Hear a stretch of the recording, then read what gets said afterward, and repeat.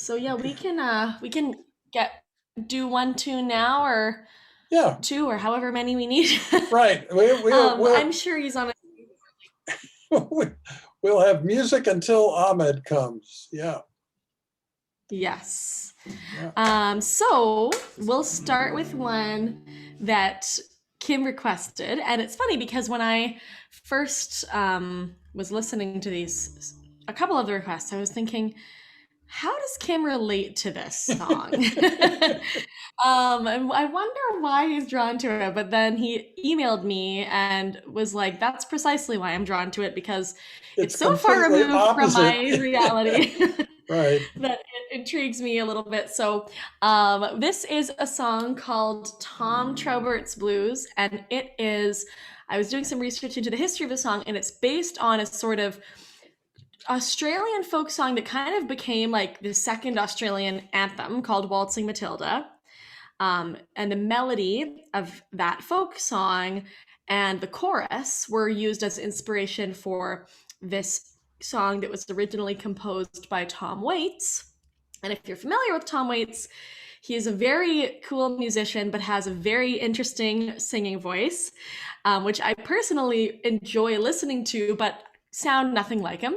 It's really gravelly and kind of talk singy, and it's really cool. But he wrote it about his life was sort of falling to pieces amidst addiction struggles and yeah, it sort of inspired him to write the song, but it was also a pinnacle moment in his songwriting career because according to what I was reading about it, it sort of marked him to a lot of people as this amazing lyricist. So this is based on the Rod Stewart arrangement of that same song, and it goes like this.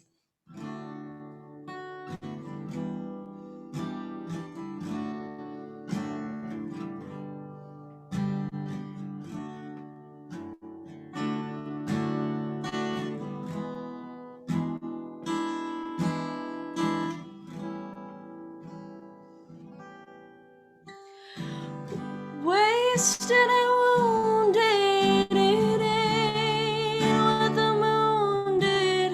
I got what I paid for now. See you tomorrow. Hey Frank, can I borrow a couple of bucks from you to go waltzing Matilda, waltzing Matilda, you go waltzing Matilda with me.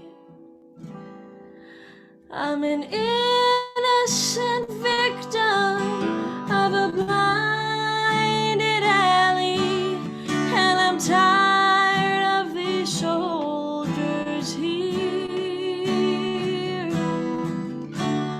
No one speaks English, and everything's broken. My strength is soaking away to go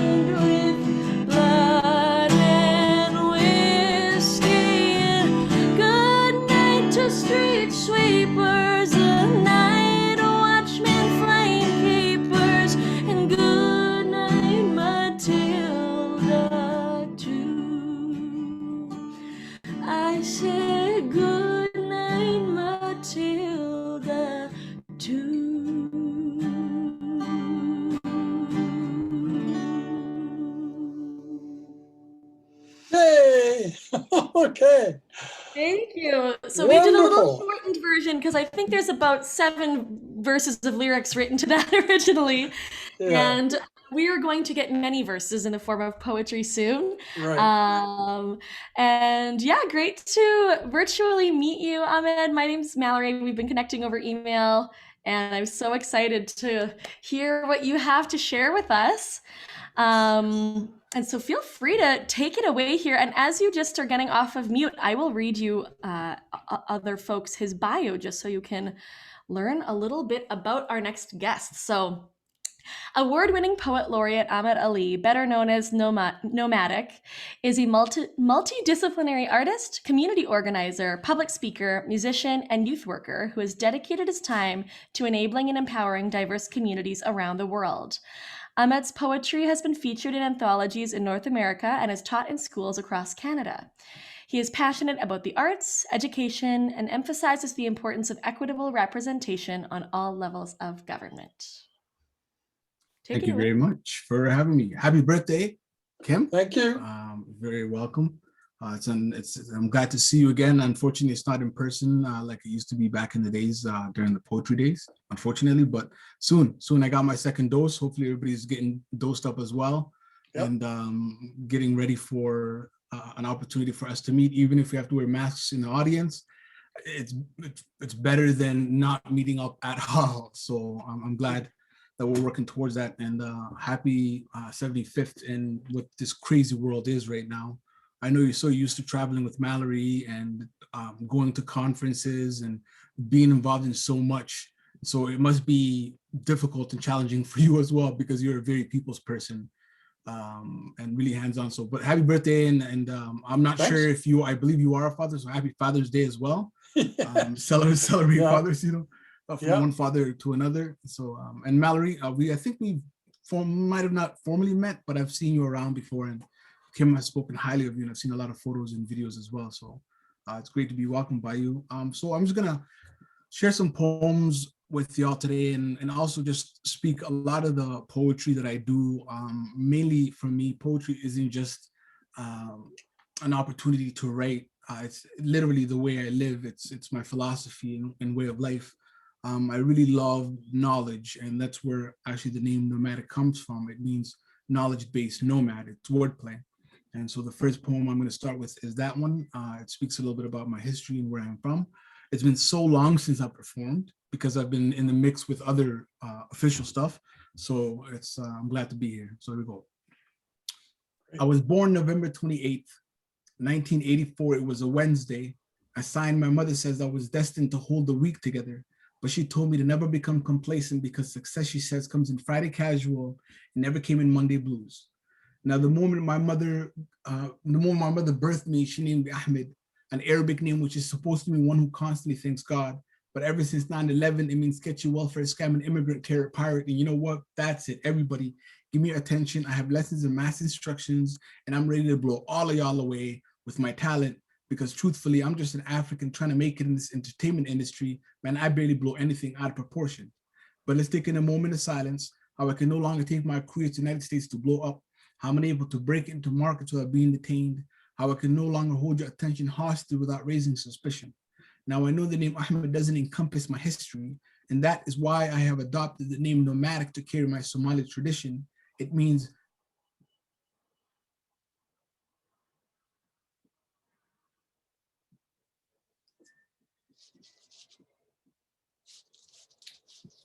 So you're frozen for us.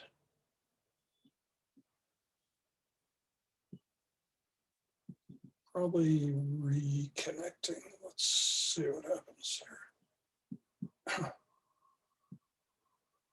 I had nothing else. I played with monster truck metaphors and action hero alliterations and linguistic spars with my friends and family, facilitated to further perfect my powerful punchlines. But it was my mother's gentle intellect that eased the understanding of how raising points is far more superior than raising fists, and that money has nothing to do with the process of becoming enriched. So now I invest my time in people. And my grandparents may no longer be here, but I'll continue to embody in their dreams. That means even if I had to enter the pen to start a sentence, I would write my way back into the world to finish the poem my grandfathers have started. So here I am, a nomad on a journey, trying not to settle with names like pirate, warlord, or terrorist. And it's obvious that my history is too rich for those proven in judgment. They're unable to digest my truth, so they throw up all these slurs. And I thought it would change with age, but I had to take my expectations to rehab because they were too darn high. And even though I try to sober them with thoughts, they continue to take shots at me. I may not be the king of beers, but I'm wiser. So I stick to my round of applause, because there's anything I've learned in these 36 years of life is that it's all about outlook. So we're to Microsoft, I'm going to continue to excel until I reach my PowerPoint. Signing out. So that's the first poem. It's, as you see, it's a lot of wordplay. Thank you very much, Mallory. And everybody else. It's a lot of wordplay. And the really cool thing, Kim, is speaking about AI, and I'm a random dude who's not involved in AI or that type of realm whatsoever. But the more I learn about the brain, the more I think that we are in a simulation ourselves, because there's so much for me to assume. Like, just I'm also learning about JavaScript and all these codes. That's how we think as human beings, right? We have scripts in our mind. We say this, if not this, then that, if not that. And the brain just automatically is doing these things constantly. And until you provide new code or new perspective, right, then you are stuck fixated thinking in a certain way. And it's exactly like that. And much like a computer, we have the lungs as the fan, right? We have the memory, we have the hard drive. It's essentially the same. And I've been told that the human body was modeled after, or the computer was modeled after the body, but there are so many similarities. And so that's why I often make jokes with people who are ignorant. I say they need to update their software, because they're still thinking back in AOL days when they could be even broadband, you know? Because in all honesty, the negative perspectives that are existing right now, it's almost like programs that are meant for, or even a floppy disk, which isn't necessarily meant for the current process and what we have now. They just don't compute. And so that's why I love knowledge, because it really helps me view the world from a multitude of perspectives. Just most recently, I was listening to a comedian who's to a certain degree offensive. His name is Patrice O'Neill. He's no longer around. He died from diabetes, but he spoke in a way that reminded me of something that I was trying to articulate. Because often when we talk about racism or we talk about these struggles, people who have zero experience of these situations speak on it like they know what's up. And the thing is, much like a computer program, how are you able to listen to Spotify without the Spotify software? The software is the experience. How can you compute what's going on without having an actual lived experience? The example I used to give before was, have you ever bought shoes, cars, or clothes? Before you buy it, you don't notice it really, but as soon as you buy it, you start to notice it everywhere. That's because you've acquired the software to recognize this new data. The data exists. Is how you take that data and apply it within your own world. And that's why I say all knowledge is neither good nor bad. The application of that knowledge is either good or bad, right? Because it exists throughout these things. But what he helped me realize is, I used to tell people that, but now I found a new way to kind of explain it. Hopefully it's more relevant to them. I say if I am cleaning my bathroom and I'm using a product called Clean Away, and I'm cleaning and I'm working hard, you don't really connect with that. But if I was in the bathroom and I was using Pine Sol to clean the floor, me saying Pine Sol instantly triggers some type of emotional connection or a memory or history with that scent, readily available to relate to my bathroom story based on that single piece of data. And so that's why I always tell people, educate yourself and learn as much knowledge as possible, because the more knowledge you acquire, the easier it is for you to become empathetic, because then you recognize that no one is against you. Everyone is for themselves. We're a bunch of artificial intelligence computers flying around just trying to gain their own sense of worth. And so this next poem that I'm going to read, I guess this perform, is one where I used to ask questions all the time. I say, have you ever felt lost in a room full of maps, or had a passport or a passport hand that's naked of stamps? I have, and it gives me the cramps. Or have you ever been to a library, which is supposed to be this database of knowledge, but instead it's only used for quotes for university or college? Crazy logic. Or how we consider those whose dollars don't make sense psychotic, sort of like we think slavery has been abolished, when in actuality it's been revamped, reshaped, and polished, because we went from masters to master cards. But don't be alarmed. Just as long as you don't sell it and you feed your spirit of freedom, your soul will never starve. But isn't it alarming how we traded money for essential skills like hunting and farming, as if paper and lead is going to keep us fed in a crisis when we're starving. Now, I'm not saying all of them, but the government is corrupted. The aliens are amongst us and our minds have been abducted. And this is their laboratory. We've always been test subjects, and they're not beaming us up. They're keeping us down because these squares know the right angles just to keep us around. And that's why I'm not defined by a border or a region. The lack of order from the government is one of the many reasons I'd never pledge allegiance. The government changing face like the weather be changing seasons. They're seedless. Funny they got branches but no roots, so how could this be treason? Funny that we believe in a bunch of rulers. If we try to measure up, we'd never come out even. But now you can switch your metric, but they say you can't defeat me. Our life is just a game in a system they created. Makes it absolutely easy to play us. 9 to 5, the minimum wage us. And those of us who are courageous, they cage us and jail us. God save us. Man, I hope the system doesn't swallow me. But if I resist, they'll get a special agent to follow me when really I'm no bad guy. But because I like to use my noodle, they consider me nutty like pad thai. Plus, 9 to 5 is the only way to make it. Some say there's no one way. I'd rather be a rapper and a poet, even if it meant I stayed underground like a subway, because then I'd still be on track, training for my final destination, because life is a big show and being yourself is the only way to prepare for that final presentation. Thank you. So a lot of times, thank you very much. A lot of times for me, poetry is me sharing that information. And when I try to talk to people, my objective is I look at poetry almost like a chicken dinner.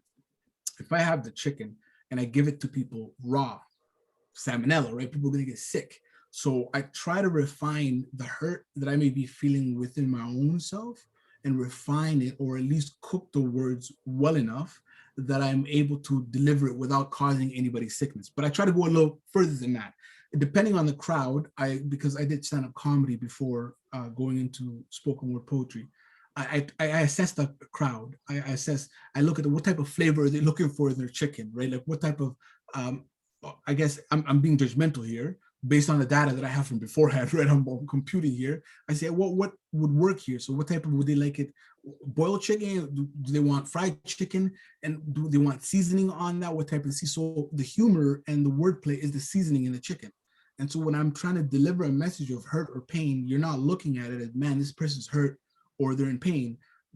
I'd hope that people look at it, man, that experience sucked, but the way he described that experience is beneficial because I can learn from that as well. Because again, I feel like our job is, as part of a bigger network, is to almost like neurons, is to continuously fire and support each other to get a bigger sense, because we're part of something bigger than individually, right? And so that's how I always look at it, and it's worked tremendously for me, because the more I do that, the more I'm welcome, the more knowledge I acquire, the more people think of me as something cool. Where I'm like, nah, I'm just Ahmed, right? Just trying to be with people, and so it's beautiful. I got to meet Kim there, who's again totally not connected. Poetry, it's weird. That's another weird thing. Poetry is like our middle ground, but we are connected in so many other ways. But poetry was the thing that rooted us together, and to me is extremely beautiful because again, poetry is music, and music is the sound, symphony of life, right? That's why God created the heartbeat, right? So we have eardrums, is that we are in tune. The whole language is describing us being part of a bigger harmony in a symphony. And in a symphony, you're not an individual, you're a collective, right? If you're playing out of tune in a symphony, it would sound like a doo-doo symphony and nobody becoming that performance at all. So this next poem I'm going to perform is one of the reasons why I actually stepped further into poetry was because of my wife, who was my girlfriend at that time. We started dating in 2009 and got married about 2013, and we're still together and we have 2 beautiful children. And I wrote this poem for her because I recognized if it wasn't for her encouragement, I honestly wouldn't have known 99% of the people that I do know today. And so I'm going to share this poem. Beauty is in the eyes of the beholder, but in this case, beauty is in you, and it holds my eyes firm on your perfection. Mona Lisa, who? I guess they never heard of you, so smile because your lips parted, revealing your pretty white teeth is my meaning of true art. Plus God is your artist and you stand as his masterpiece, and it's art called life. And if I could have you and name you, I'd title you my wife. And if pictures were worth 1,000 words, boo, no human being can fathom how many words you'd amount to, because you are naturally beautiful. You require no cover up. The only thing I ever want you to make up is your mind about whether to wear that pink that brings out your lips or that dress that accents your hips. And last night, while I was staring into the heavens, thinking about how wonderful you are, I saw a shooting star and I wish that you'd forever cross my path. And this morning, while reflecting on that shooting star, you walked past and you stole my heart. But the thing is, I believe in revenge. So when you're not looking, I'll steal a kiss. I wish to take you to the world's most beautiful destinations, just so I can call Guinness World Records and claim that I saw the world's most beautiful woman in the world's most beautiful places. The truth is, I can't lie around you. Your purity sets an atmosphere that makes it impossible to lie. The only time I do want to lie is next to you, because when I picture you getting married, the only person I can see in the reflection of your eyes is me. And even in the afterlife, you'll still be my afterwife.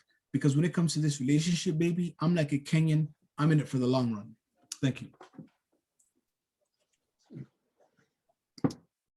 So me performing, thank you very much. Me performing on Zoom is brand new, especially for the amount that the duration I'm doing it.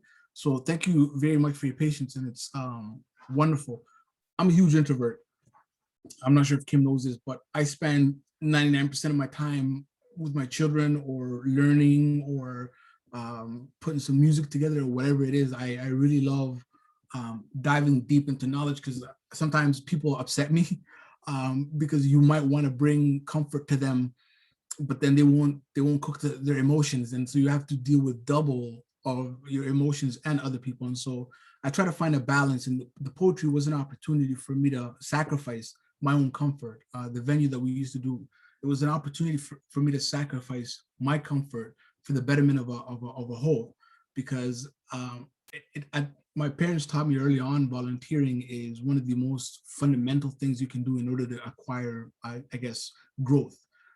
Because again, now that I look at it when I'm much older, it's essentially like my mother was saying, volunteering is a free way to learn the software. You get to learn and be among the folks, and you acquire the knowledge by providing your time. It's almost like you're an apprentice or whatever. And at that time, it didn't make sense, and I didn't know how to look at it that way.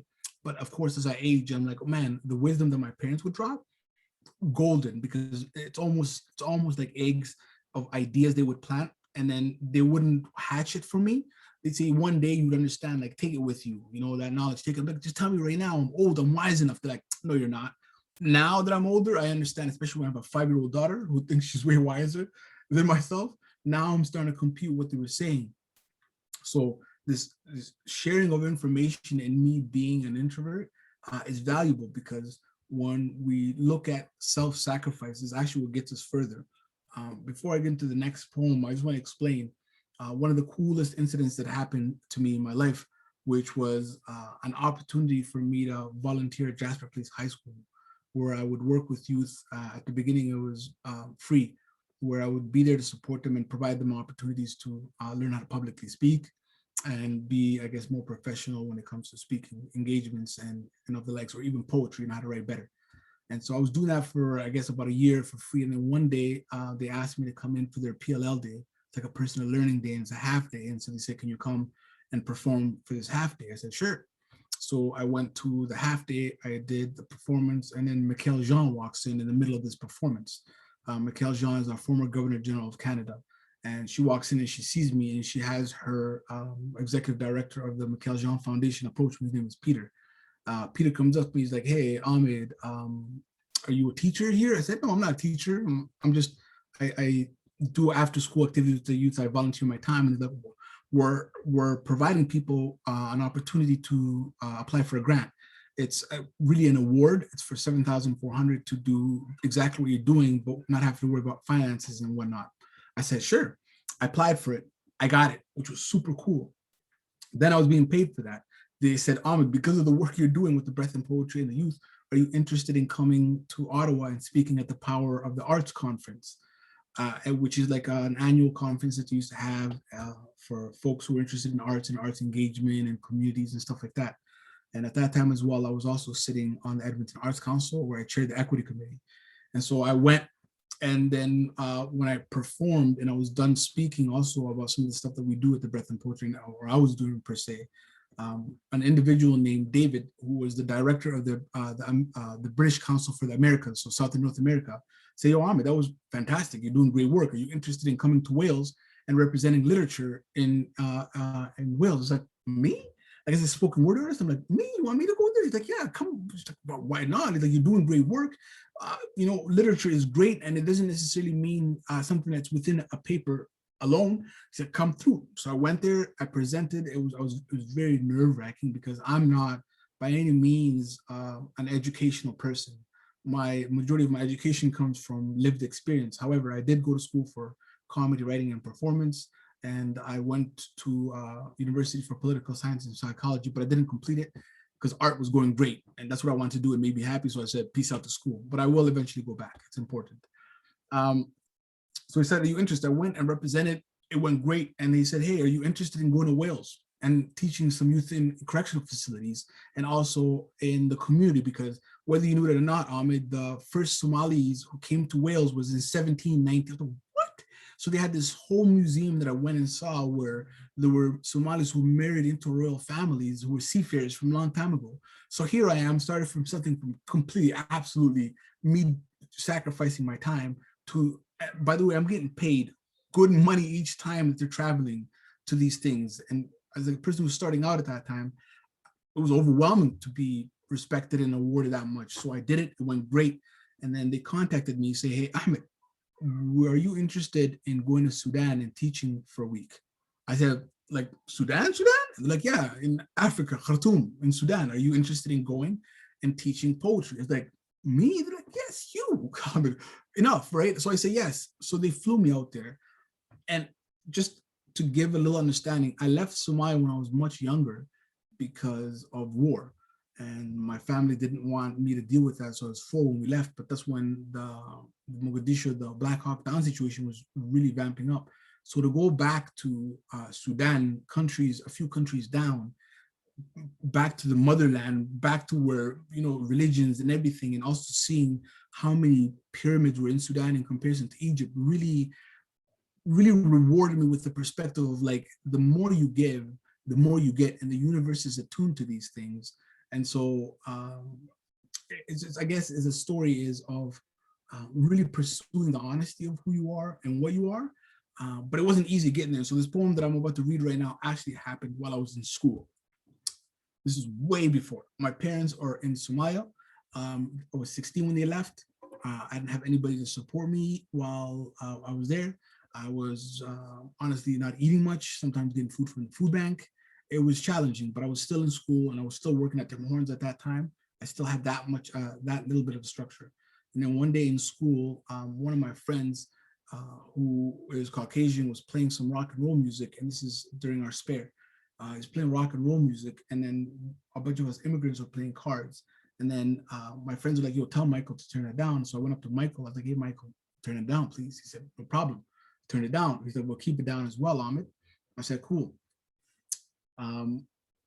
So I go back to my friends, and then Mike turns it up again because we get louder. I say, Mike, turn that down. And then he says, if you don't like it, I'm gonna go back to your country. And then he calls me the N-word in front of everybody. There's a lot of people there. And this is Kitchener, Ontario. And with the high school that I was at, their mascot was the rebel, and with the rebel flag, literally. So you can tell that already the atmosphere there was something I was dealing with for a long time. And so instead of dealing with the proper way, I hit Michael.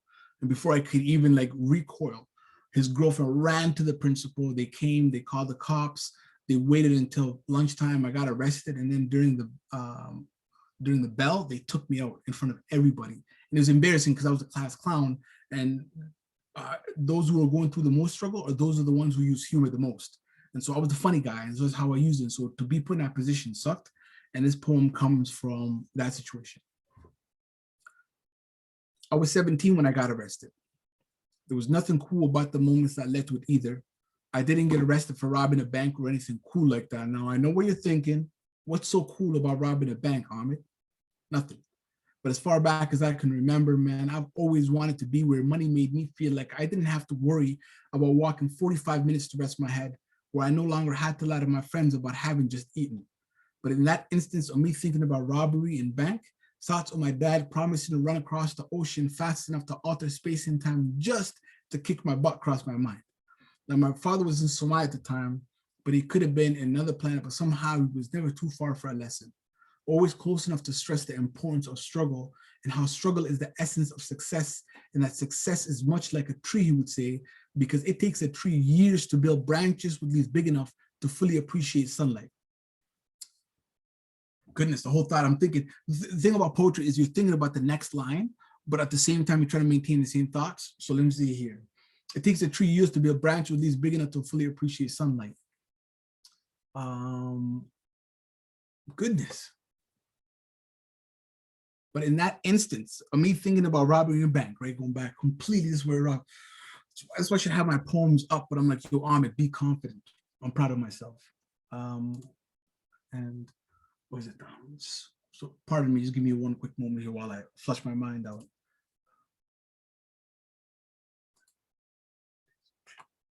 It's so funny. That's another thing. We're talking about memory and AI. It's like 1 second your brain is able to retrieve that information without any issue whatsoever, and then the next second, like, nah, the scenarios don't match. I do not compute. So now I have to go through my hard codes. Pardon me.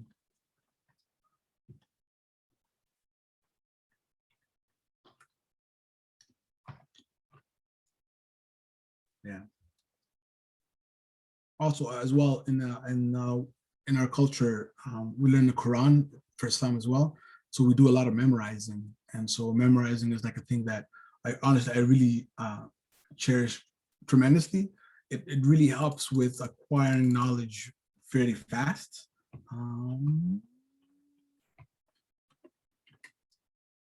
So I'm just trying to retrieve that poem, A Hero.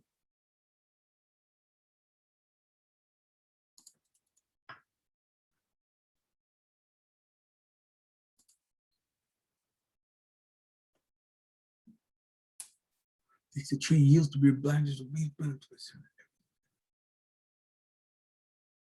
Goodness. Sorry about that, y'all.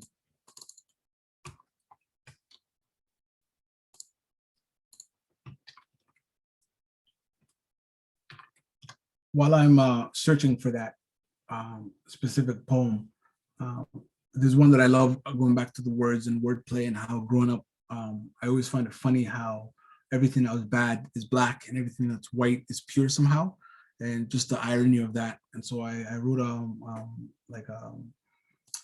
I guess a funny little wordplay thing. So it goes walking by. So it's semi-true, by the way, not fully true. So don't invest in the truth in the story. Let's just imagine that we're there. Walking back home, a black cat crossed my path. I think nothing of it because I'm pro-black, plus I'm not superstitious, so I laugh. But when I got home, I called a favorite restaurant to make reservations, only to find out I'd been blacklisted with no causation. So I decided to drive for some food, but moments after, I slipped on some black ice and rear-ended a dude. I realized I forgot my wallet, and so did he. Even while I was being compliant, he began to blackmail me. This got me upset, so I gave him a black eye and drove away, or else he would look like me with a fat lip to match that black eye if I was to stay. Within minutes, cops cut up to me and asked me what I had done and why. I played the black card and got away with a white lie. So I always find it funny how in the language that the good things are white, but somehow they're not at the same time. Just finding it here. Okay. So I guess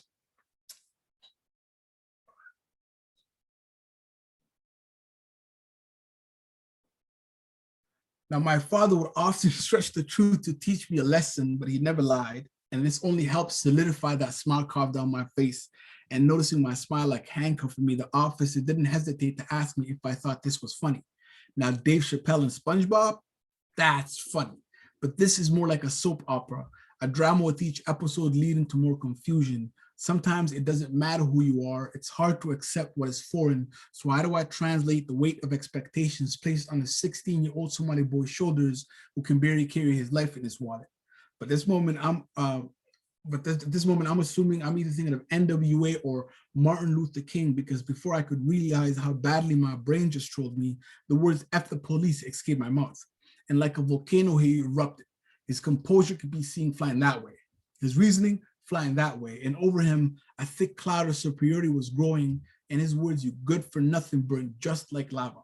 Now, guilty until proven innocent, right?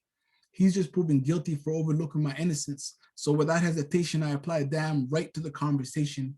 And then he handcuffs me tighter, not knowing this is a point of comfort for me.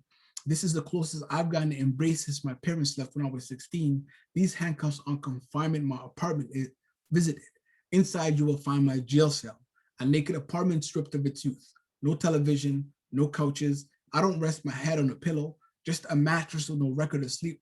When I brush my teeth, it's with watered down toothpaste. When I shower, it's with dish soap. Check the cabinets. There are no traces of dishes there, just a pot of tea on the stove that whistles, reminding me that sometimes things are gonna get hot and I'm allowed to scream, but I should step aside and everything will be cool once again. But nothing prepared me for the waterfalls that ran down my face. I so badly want to ask him if he's ever prayed into an empty fridge, hoping miracles to happen every 5 minutes you checked. If he's ever philosophized as to why whenever you're looking for spoons, why is it that all you can find is forks? I so badly want to show my how struggle is stitched to the fabric of my khakis and how much like my shoes, my soul was beginning to wear out. He didn't deserve these tears, but maybe they were a necessary sacrifice for the situation, because like a rainbow after a storm, a smile began to show, and like the kettle, I began to cool because my optimistic father popped into my head saying, Ahmed, you're innocent, and at least you get to eat a free meal tonight. Thank you. So that's how it goes.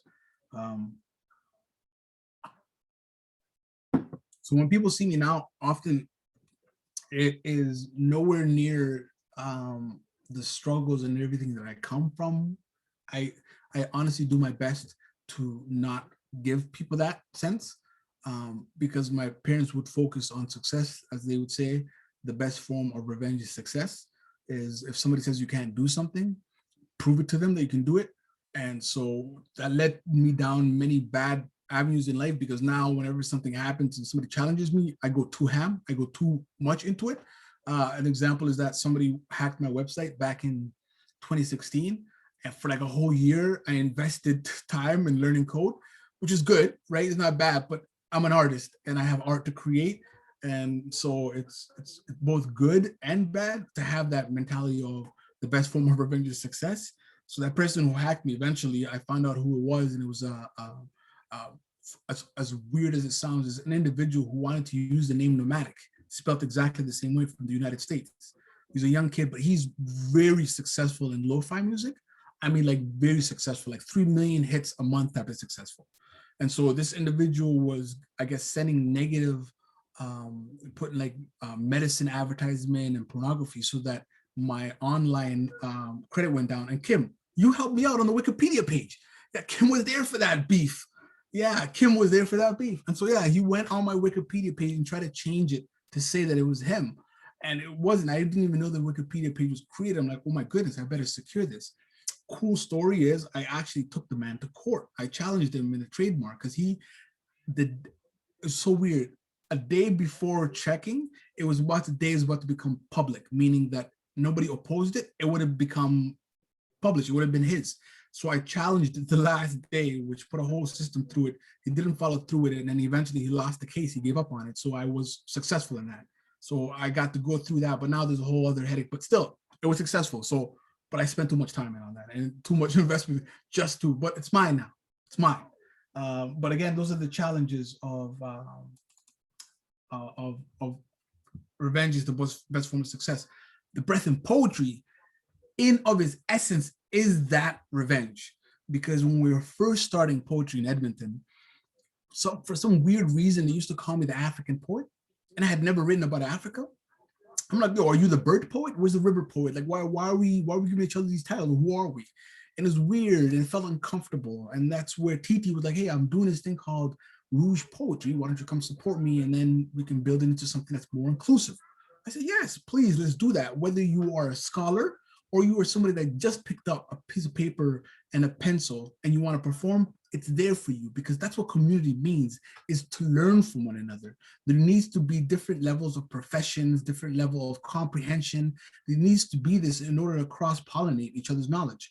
The best form of knowledge happens when we share with each other. We're symbiotic creatures, right? We need each other in order to grow. No human being can survive without another human being. We die from isolation. It's detrimental to our health.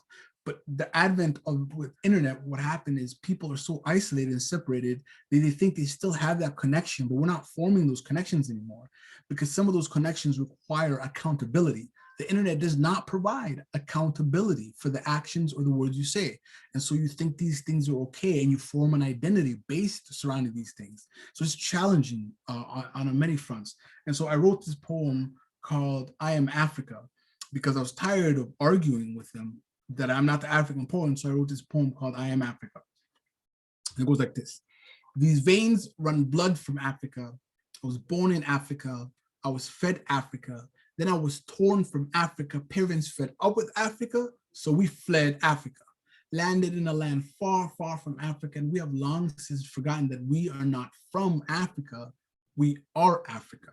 Remember, we come from a land where we are kings and queens, where the trees use their vines and leaves as rosary. There are waterbeds embedded with the essence of life. And while the heavy I count sheep, the dormant souls of our ancestors resting in the Atlantic or cared on riverbeds back home. And they say that imitation is the greatest form of flattery. Then would it not be vain for us to take our customs back, since we put the art in artery? There is no reason to go searching for my history in baked clay or buried deep. It's visible on our face, the way we carry ourselves, the proverbs of our people, the scarification on the forehead of Sudanese tribes, the shape of our women's bodies that mimic all the geographical differences of Africa, and like a colorful cloth, rainbow bending backwards to tie their beauty together. I swear God must have etched my being into its core because my soul is drawn to Africa, and I await the days I can overdose on Africa. And many have fallen into the trap of asking me if I am from Africa. I say, hush, I am Africa. Don't tell me what you read, because I am a manuscript written in African. So read my lips and my body language. And if you are ever confused, ask for translation, because I don't understand how you might misinterpret bare feet kissing ground as barbaric, past my oral tradition as a mere clicking of tongue. Where I am from, wisdom drips from the beards of our elders, and knowledge rests between the lips where they create revolutions, and their philosophies are always willing to back them up. So I could care little about what you've been told, because we all know well enough that only shepherds should rely on what they heard. And where I'm from, bloodlines of borders, tribes or families, neighbors or relatives, Africa is within us and with us. Therefore, I am 56 nations in one, and I am not from Africa. I am Africa. Thank you. Put a little sip of my coffee here. So Kim, tell me, how's your day been so far? You're muted, Kim. Wonderful. Yes. That's good. It's good to hear. Anything? You are one of, Kim, and I'm not just saying this to hype you up. You're one of the coolest dudes that I know, because deep down I know you're a nerd with a lot of love for science, but you always dabble in the art and you're doing cool things like this. I don't know if you know who Heike Chima is. You probably remember Heike. She's one of your students, but she remembers you candidly. So I was mentioning how I was going to contact you and to let you know that I was running for office or whatnot. And she said, oh, you know Dr. Kim? He said, oh, he one time invited me to join this AI class. I'm like, that sounds like him. That definitely sounds like him, right? And it's just so cool that there are so many people that I know who know you, but for the reasons we know are totally different, you know? And sure. It's really cool. Yep. And so it's, I admire you, and I know I'm honestly grateful because one, reading your Wikipedia, the amount of stuff you've accomplished is tremendous, but it never shows in your character, and I appreciate that in you. You know what I mean? These days, people look at those type of accomplishments as the worth of the individual, but for me, again, is their empathy, their compassion, their integrity, and you've shown that. And so, honestly, if it was anybody else, Kim, I wouldn't be doing this. But it's you, and I'm grateful for you. And if I could always show you that, because we need to remind each other of the goodness as well, because it's so easy to be upset with folks and be angry. But honestly, it's way more nourishing that we remind each other of the capacity that we have of change. And so I just want to say kudos to you for being part of a lot of different lives that you may not even know, and also for providing me this opportunity and continuously being just a super cool dude. I appreciate that. Sure. Well, the Tuesday night poetry from 2014 to now is a very important part of my life. I think it kind of balances a lot of other things off. And the many times when I was the only physician in the room and 50 plus years older than anybody else, it's just very cool opportunity to be able to be in a circumstance like that. Yeah, no, it was awesome because there'd be stories about war, and then there'd be stories about AI, and you know what I mean. That's the, I guess, exposure I'm talking about to the different knowledge. It's essential, right? It's That's how we build each other. Even I'm not sure if you remember him, but the Churchill Square poet.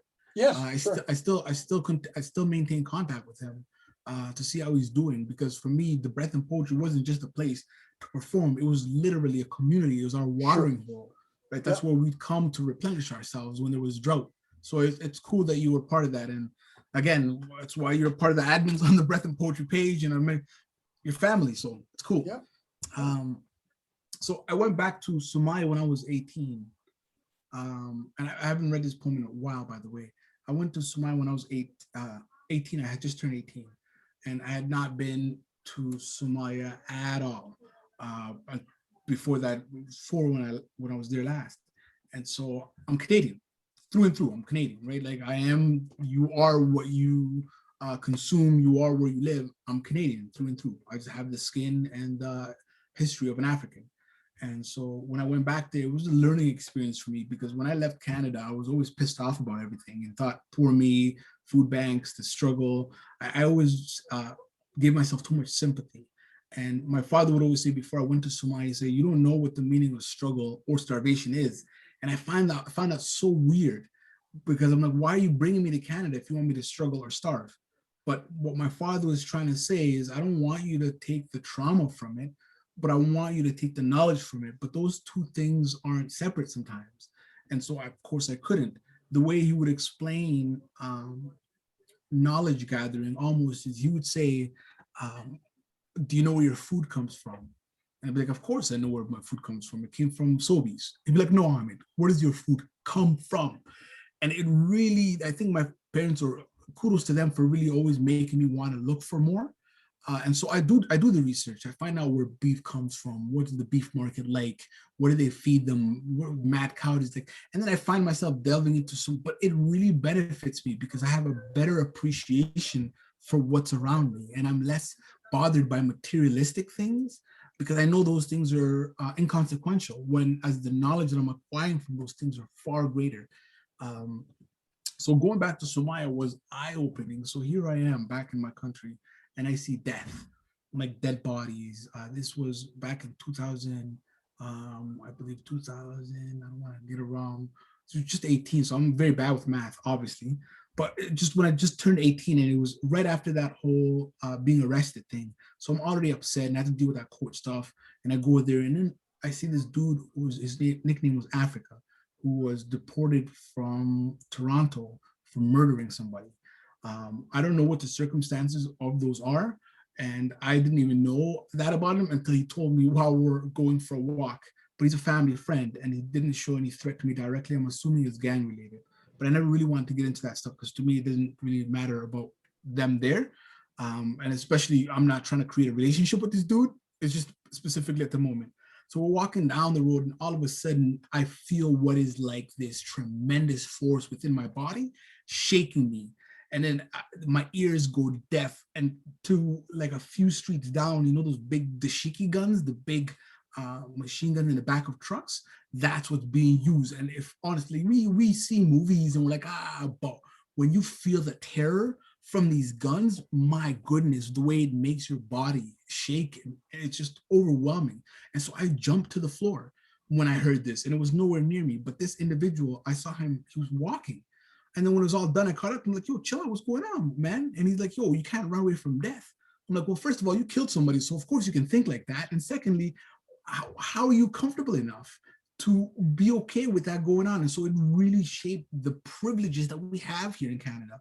I am privileged to the max. Even if you are absolutely zero compared to there, you're privileged. So here I am, and I'm playing soccer with my cousin, and this is the story that had unfolded while I was there. And again, forgive me, this one is ancient as well.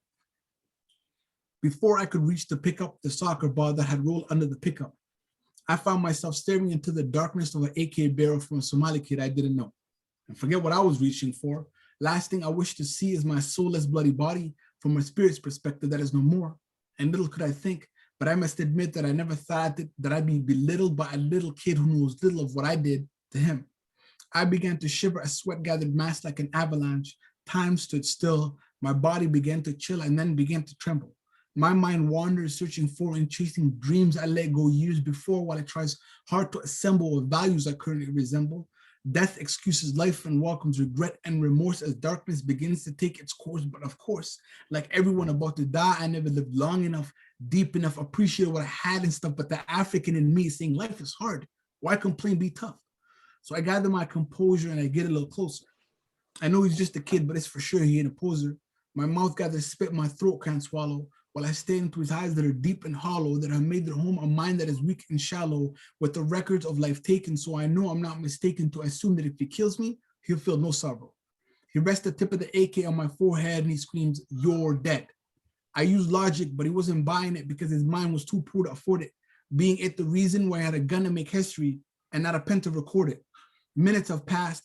I haven't passed. I'm always first for everything, so I know I won't last. But now I'm thinking, because it's all starting to sink in, you're already dead, Ahmed. Hit him with your right on his chin and then follow through with its twin. Why today? Why back into mine for the first time when I'm only 18? So many thoughts that they eventually become gridlock, bumper to bumper in my head like an American highway. Got me thinking if I had it my way, he'd be putting a microphone in my face, asking me what I thought about current issues in Somalia that day. Just a skinny little kid with rags staring at me with bags under his eyes that sag.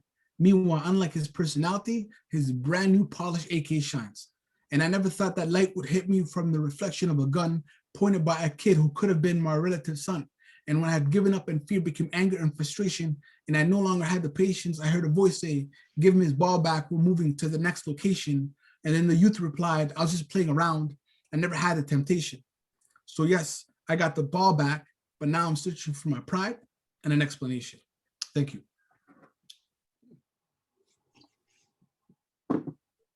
So yeah, if there are any other questions, I'm most definitely able to answer. I have a couple more poems as well.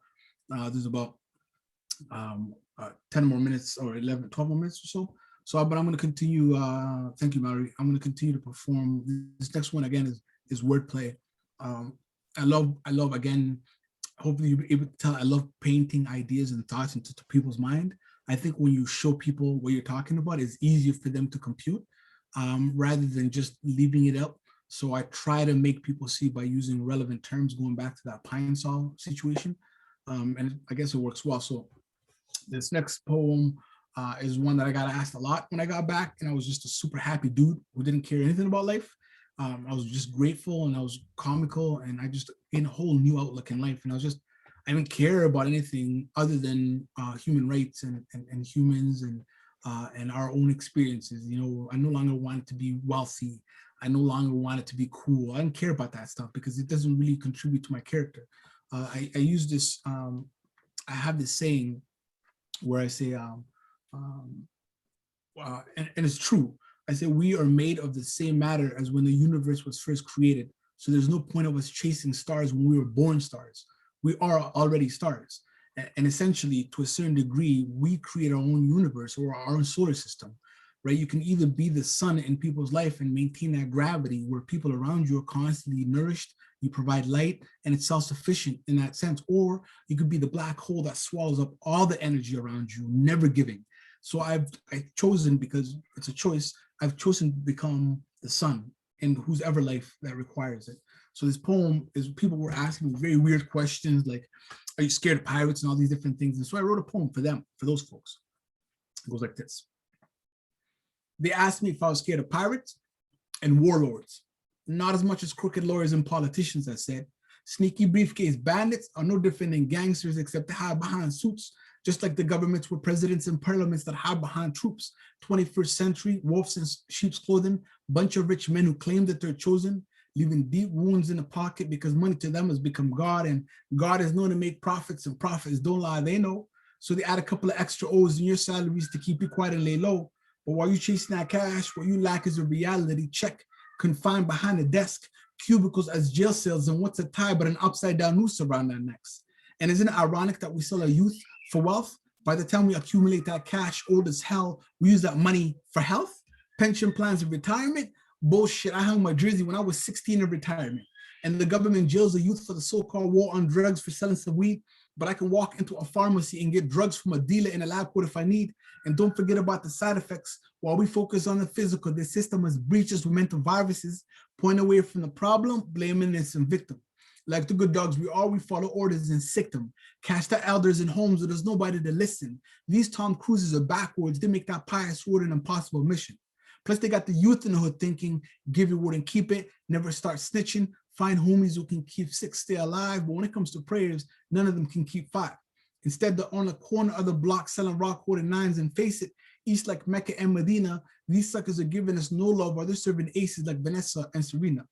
And the government expects me to jump through hoops to get my scholarship for education, but if I slip up, they'll gladly pay for a whole year of my incarceration, because they know the only rights left we exercise is during masturbation. But like a doctor known for malpractice, man, I'm starting to lose patience. And this psychology has become a major, and they made a minor out of our histories, but they've forgotten we were born bachelors of life. And our African ancestors worked hard for the masters, but what has that done for me? Nothing, because when I graduate, all I'm left with is a PhD, a pretty huge debt. Thank you.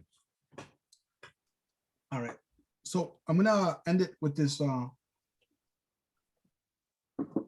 one poem. At the end of the poem is almost like a prayer. Thank y'all. At the end of the poem, it's almost like a prayer that I recite, because again, people are so focused on where I come from that they refuse to neglect where I am, or they neglect where I am. They're so focused on where I came from that they ignore who I am presently, which is everybody that's provided me an opportunity. I wouldn't have been here if it wasn't for my ESL teacher. I wouldn't have been here if it wasn't for the church that sponsored my family in Edmonton. I wouldn't have been here if there wasn't people who constantly, put me down and thought that I couldn't do it. I wouldn't have been here. And so I will continue to persevere. And so this poem was written almost like a prayer for this exact purpose. And it goes like this. They asked me where I came from. I told them my mother's womb.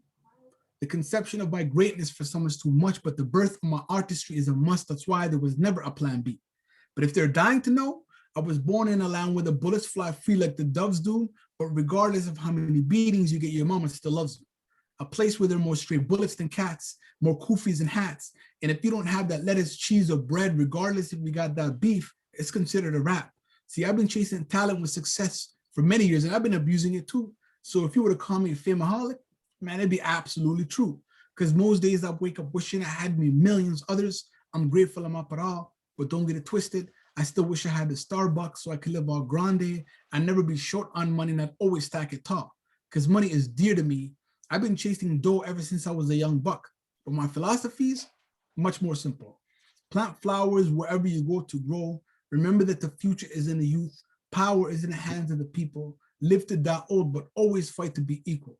And if your lover asks for space, return with the universe in its place. A bouquet of galaxies, an array of stars to light their ceilings at night. And if they act up, cut them from the script, because life is nothing but a sitcom. Some are there for a few seasons, a few there for some episodes, and most are just extras in the background. And stay clear of those who hijack style, because theirs is too plain like 9/11, or the ones that stand on the corner of the block 24/7 like 7-Eleven. See, I used to have friends that behaved like pennies, and I was having none of it. They didn't change, so I got rid of them like the Canadian government. But I pray that I never forget that it's the light that creates the shadows, and that even stars need darkness to shine, and that we are nothing more than matter made of earth and time, and in a matter of time, this body of ours will go back to earth and won't matter, because in a world where legacy is the only thing you leave behind, it's not when you enter the grave, but when the last memory of you fades that you truly die. After all, there's a reason why God shaped this earth like a honeycomb, is so that we may never forget to just be. So that's how it ends with that poem. I still have about 5 minutes. If there are any questions or any additional stuff, I can even share an additional poem, whatever it may be, Kim. But if there's any questions or some chats, I'm free for that as well. Yeah. Yes. Yeah, thank you very much. was one of my main goals for this event, to have you perform, and so I'm very grateful to you for doing that. And yeah, we share a long and rich history. I had a poem once where I talked about falling downstairs, but I fell downstairs all on my rear end, bump, bump, bump. And you were so kind about that poem, the idea that really wasn't anything funny about it, although in another way there was something funny, but still. Yeah, no, the older I get, the weirder it becomes for me, the way I look at the world, because we are this weird interconnected, and there's always, the first book that I read that really changed, I guess, the way how I looked at relationship was this book called the Celestine Prophecies, I believe it's called. And what I really loved about that book, it talked about how there's no accident, there's no mistakes, everything happens for a reason. And it's up to us to find that reason. And so for me, meeting you and the breath in poetry and a lot of those different, it wasn't an accident, it was purpose to add character to who I was. And so whenever that instant like arrives, I'd make sure to capitalize on it. Now that I'm honestly running for politics, Kim, it's a new field, because as an artist, I never ask anybody anything, right? I'm self-sufficient in the sense that I'm gonna go write a grant, I'm gonna create this art. With politics, you have to honestly, it's a show. It is a show, but it isn't like art where your talent's good enough. You have to put on an act. And for me, as a person who hates people who are not genuine, it's very challenging. But there are a few aspects that I had to learn. One of them is asking, is to ask. Whether a person says yes or no, that's not up to me. My responsibility is to ask for that, because we assume, we're always in our head and we have so many assumptions, but they're only based off of our experience and not necessarily other people. And that's what makes it challenging for a lot of folks to step out, I guess, out of their comfort zone to learn or to make mistakes. Because again, I say experience is an accumulation of mistakes and wisdom is an accumulation of experience. If you're not making mistakes that are calculated, then you're not going to acquire the wisdom to be better with what you do.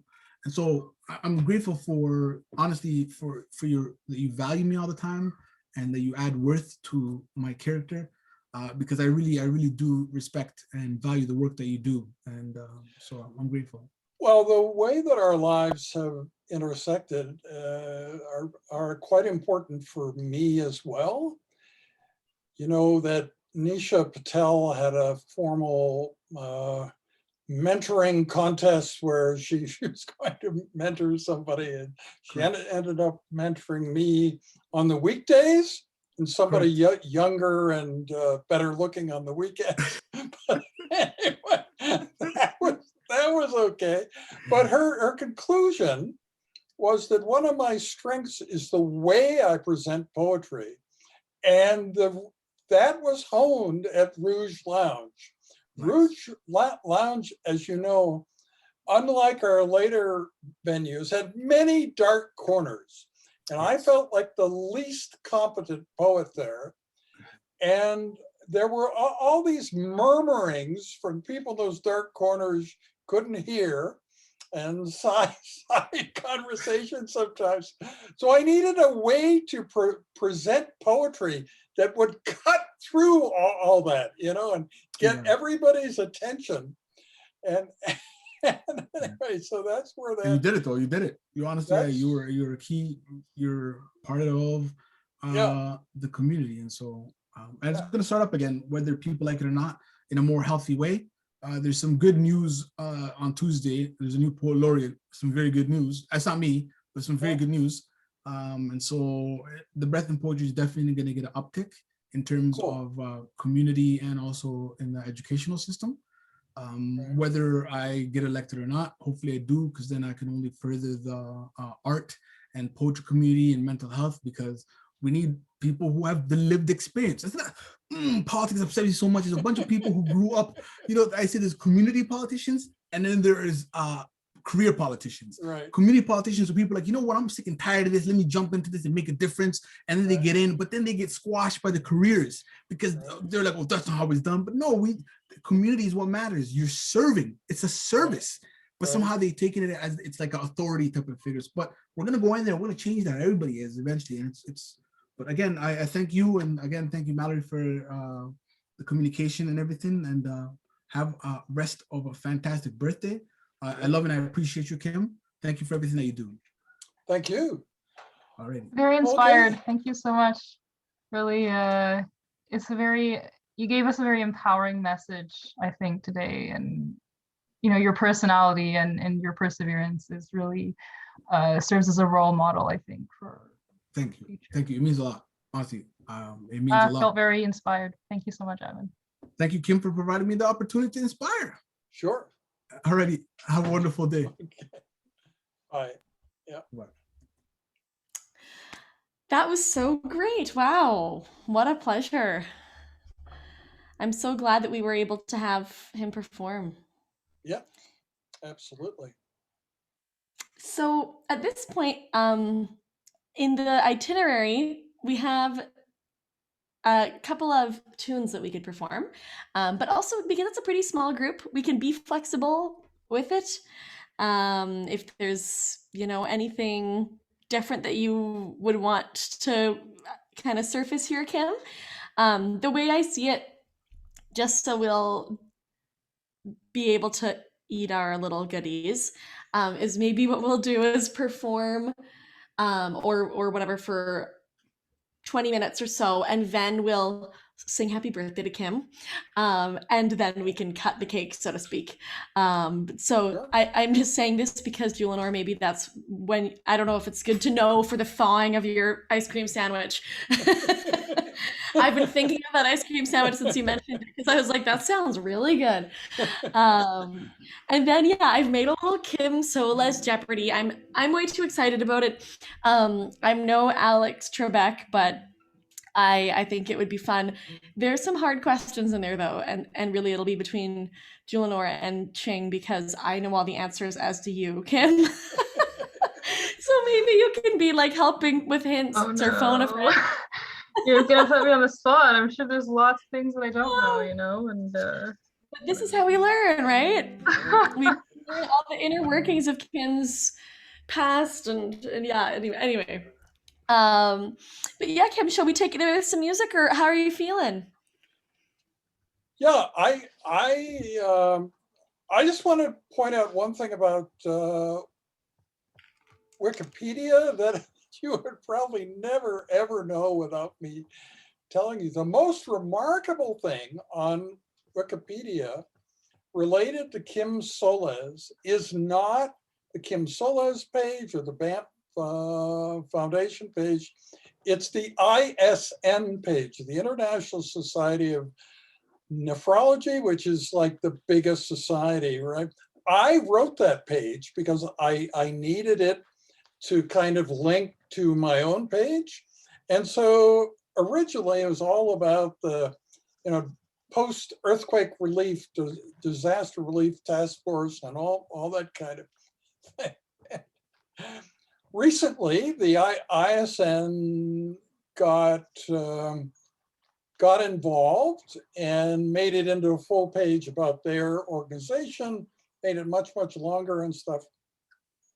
But even more recently, for reasons I don't understand, but I think it's the coolest thing in the world, it's changed back to its original form, where it's sort of all about me and about the post-earthquake relief task force, which is from a decade or so ago, and so on.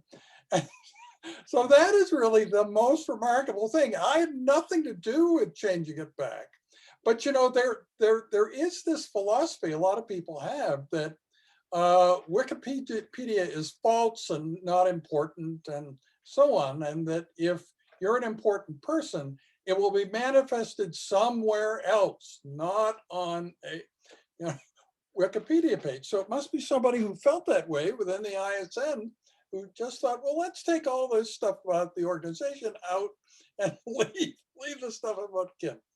So that's the way it currently sits. So it's one of the main links in my page when it talks about the ISN. If you click on that, You had no idea about, the focus of that other page would be so much on stuff that I had something to do with. Yeah. And And your propaganda worked, Kim, because I remember as a med student, I was like looking up your page, and I went on your Wikipedia page. I gleaned all sorts of information, so there are readership. yeah, I mean, Qing is an example of a phenomenon, as we hear about in segment 4, but on a certain day, the university decided that we were going to have professor pages. And they created these pages for university professors that had all sorts of components that most people on the faculty just don't have. They don't have a, LinkedIn and all this sort of thing. So I was the only person who sort of had everything for the professor page. And it was so long and detailed, but you can't control the font.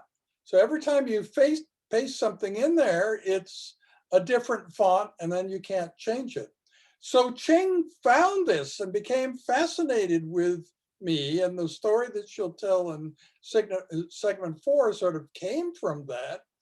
But it all started with my exuberance to have the grandest,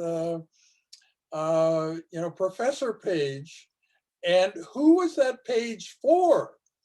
That's a very important question. Well, I think now you know the answer. It was for Qing Yin Wang, because she's the only person who really reacted in some fittingly exuberant way back to And I don't think I saw the full page that had everything. I only saw the Wikipedia and like the shorter version of like your website. I did like on Alberta, So no, I didn't even see it. So Okay. sorry, Kim, Okay. but this does not Okay. explain our Yeah. backstory finally. Okay. All right. Yeah, well, there's always, revisionist history, right? But anyway, in segment 4, you'll hear the real story. Yeah. So that's something to look forward to in segment 4. Okay. I think we could probably go on to music unless you're more keen to do trivia now, but yeah. I'm okay either way. We'll probably have time for both. Do you have a preference of which order? Well, I actually think the contrast between Qing and Julinor is quite useful in this, as they're the only people doing this trivia quiz. Julinor has known me for a lot longer than Qing has, but she's never had any reason to have a sort of biographical interest in me, right? So she doesn't know any of the backstories that we're having in the memoir. So yeah, it's almost not overlapping. What Julinor knows about Kim from seeing me practically every day in the workplace, and what Qing knows about me from only being face to face with me for 45 minutes in her entire life. So anyway, but they each know quite a lot, but different stuff. Yeah. So yeah, why don't we do the trivia now, and we'll see how they do, eh? Yeah. Yes, that sounds great. So before I do, I just got an email from Danny with the paintings so far. So I just thought I'd share those on the screen too. Sure. Give me one sec here. All right. So here is one of them. Oh, I can tell which painting that's based off, or which very nice. photo that's based off of. That's lovely. Yeah. And then very, she very sent nice. another image as well. Here, you can see it a little bit more. Yeah. And a work in progress. Cool. Yeah. Well, I'm so excited to see how. I know which one that is. Yes, Yeah. that's the one. See, that one is the one that I suggested, but there you go. Danny told me at that point that they'd already chosen the other one, but now they've done them both. So Best that's of both worlds absolutely then. great. Yeah. Excellent. Awesome. Yeah, those look great. Very I'm cool. assuming there's a chance we'll get some more updates too throughout the night. So that's wonderful. Yeah. Excellent. Um, so can you see this, Kim Yes. Celeste Jeopardy? Yeah. Awesome. Okay. So I'm gonna put it into two teams. I mean, really it's two people, but it is what it is. And I have never Wait, Mallory and Kim, maybe you guys could like help us and also be on our teams because like this is getting a bit stressful here, you know. No, all in good fun. nothing riding on it. There's nothing riding on it. And I'll say there's probably My some apologies, Kim. there's probably some information that you'll know and some that there's no way in the world that you could know practically. Like when I was looking through the questions, I was thinking, oh my gosh, some of this stuff I've heard from Kim before, and some is, you know, deep dives into the trivia of his early life or whatever. So it's a fun way to learn about someone though, and you know, both Kim and I can help out. Mostly Kim though, really, because all I have are the facts and you have the stories to go along with them. So yeah, we will. It's legitimately like a Jeopardy screen, which is kind of fun. Wow. We have 3 categories: travel and significant places, childhood and origins, and names and nicknames. So, I mean, in classic Jeopardy fashion, whomever goes first can kind of pick which they want, you know, travel and places for 100, for example, and then we'll go from there. So, Ching, do you want to start us off? Okay, let's go for travel and places. 100. 100. Okay, let's do it. Place where Kim was lost by his tour guide. And you This know, rings a bell. if you think back to the Jeopardy games, you know, you can answer by what is blank, but also doesn't really matter. Any guesses? Because the story rings a bell, but I could not tell you the place, to be honest. But was it, I think it was somewhere pretty exotic, I remember. Where did you lost, like maybe in a rainforest or something? Is that? No. Well, there are rainforests there. There were rainforests. I just don't remember if you were lost in a rainforest by your tour guide. No. So I this just remember it being place, dangerous. The train to this place, it was regularly attacked by guerrillas active in this country and blew up the artist Sam Baker. So the Sam Baker you know now went there in the same train we went on, but just at a different time. And he was the only person in this train car to actually survive. And yeah, so, I don't know if that does that give you any clue? At least I don't remember the place, but I remember the story and like you almost died. That's what I remembered. Yeah. Shall I give this one away? Yeah, sure. Yeah. Machu Picchu. Yeah, that's in Peru. I have to ask him, how did you get lost by your tour guide? Well, it's such a mecca for tourism that that first of all, there are probably too many people per tour guide. So the tour guide was on the train with us, and when she got off the train with us, somehow we got separated from the rest of the group. So we're already at Machu Picchu, this very picturesque thing, and there were other tour guides. So we just walked around, we listened to the narration from other tour guides.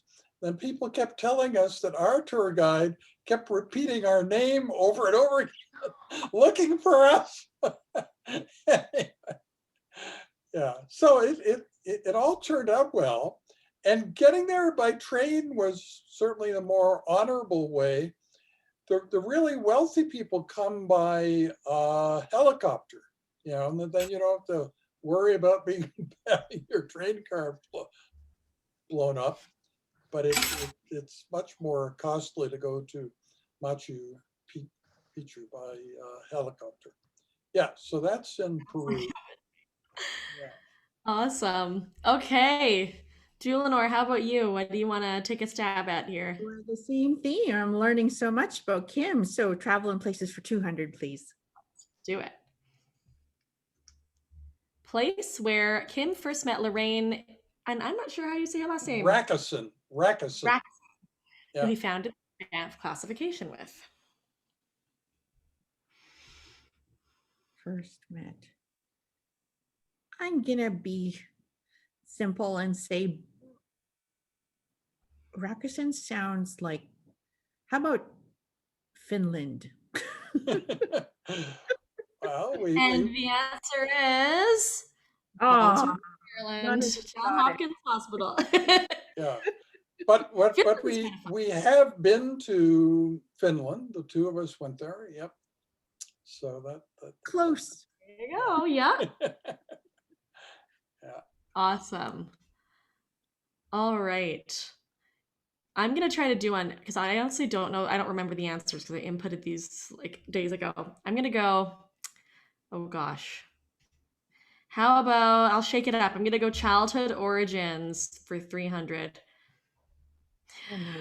Oh yeah. See, no, I don't remember this, and I'm the one who inputted the answers. Where Kim learned to drive. I mean, my gut wants to go with New York, but I'm also wondering, was this somewhere in Vermont? Do I vaguely remember that? Yes. Bradford, Vermont, where Right. my grandfather was the only doctor in the town, and we had this cabin there. It's actually where I spent my honeymoon. Elaine and I spent our honeymoon there. Yeah, but so they had a Jeep named after my grandmother's mother, whose name was Lucia Mariah. So when she would get angry at the Jeep, she'd say, "Come on, Lucia Mariah." Yeah, and that Jeep is the first vehicle that I learned how to drive in. Yeah. And did your grandfather teach you how to drive, or? No, my grandmother taught me, and I suppose I kind of taught myself. Yeah. At that cabin, there wasn't much to run into, but there was this one cement post kind of thing.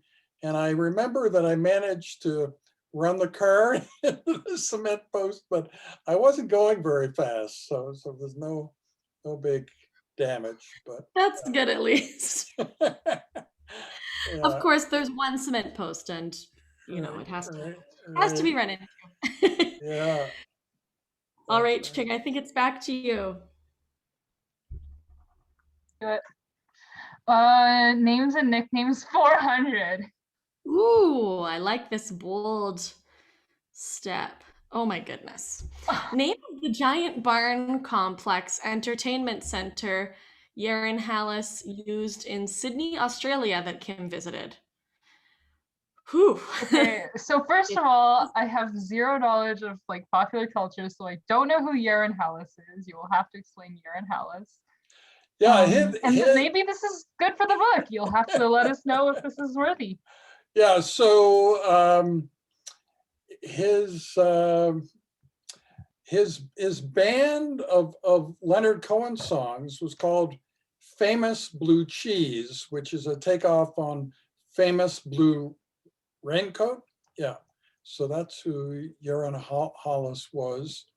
And yeah, sure Camembert was another name for that band. So he performed at the 2008 Leonard Cohen event at the Winspear Center, and then we went to see him in Sydney, Australia after that in 2009. And this is like, in terms of accomplishment of a musician, this is the largest building I've ever encountered that a musician actually owned. But because it didn't have any of the right licensing as an entertainment center, he sort of used it illegally for many years. And finally, the Sydney, Australia government cracked down on this, and he wasn't any longer able to use it. That provides no clue of what its name might have been. I think this has got to be the hardest one. What I remember this one because I was thinking, there's no way that I would ever guess this. It is Quirks. I don't know. Yeah. I pronounced it quirks in my head. I was gonna say maybe it's an acronym, but no, but it was spelled in all caps. Yeah, it was spelled in all caps. And of course, to get it right on Jeopardy, I think you would have had to spell it right too. So anyway, yeah, quirks. I think you might be right about that because they do write them down, don't they? Yes. All right. What's next, Eleanor? Do you have one you want to go for? Go big. Childhood origins for 500. Nice. All righty. Where Kim went to high school. Oh, geez. I have no clue. High school. I don't even know where he did his high school. So I'll just be creative and say it's going to be Archbishop MacDonald. That's not the answer. Fair enough. I just remember. I know this, so I'm like, Ching, do you want to give it a shot? I don't know the answer because I'm terrible at remembering names of places, but I do know that people would like, wouldn't people throw tomatoes at you guys? Like, yes, but so that was at our home, not at the high school, but it was when you went to high school, so it was the people who threw the tomatoes. So at what would one of the names of the high school be then? What's the name of the town? Avoca, right? So yes, Avoca something. Yes. Avoca Centrals. I don't think That's why I was thinking. I was like, maybe you'll, process of elimination. Avoca something. Okay, there we go. All right. Yeah. So, there we go. Sort of. Closest I got to getting an answer, like, I must admit. That's pretty good. That's pretty good. I'm gonna do 400 for childhood origins. Where Kim went to medical school. Oh, what was it? I know where you went to college, but now I cannot remember the answer to this. Darn. Do one of you two know? I just know it was in the US, but I've forgotten. Like, I'm terrible at remembering these kinds of things. That's true, but that doesn't narrow it down. Doesn't really help, Yeah. University of Rochester School of Medicine. Yeah. There we go. All righty.